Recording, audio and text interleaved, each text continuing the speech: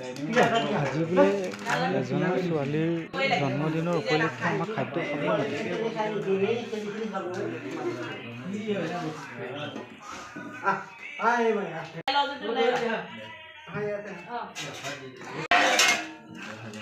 খাচী মাংস নে এয়া? বাতি যে আনিছিলি, বাতি কি কৰিলি? এনেকে দি দিলেই হ'ল আৰু নহয়, থালিত নালাগে। এইখিনি মিলাব লাগিব। লাই পাতটো দিছা নে ইয়াত? লাই পাতটো দিয়া হৈছে নে? এইজন আমাৰ নতুন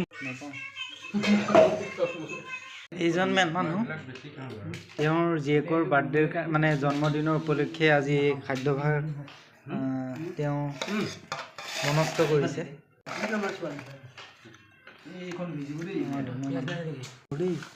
এই থালিখন মোৰ আৰু ৰাৱণী খোৱাৰ নিচিনা খায়, ভাল পাওঁ মানে।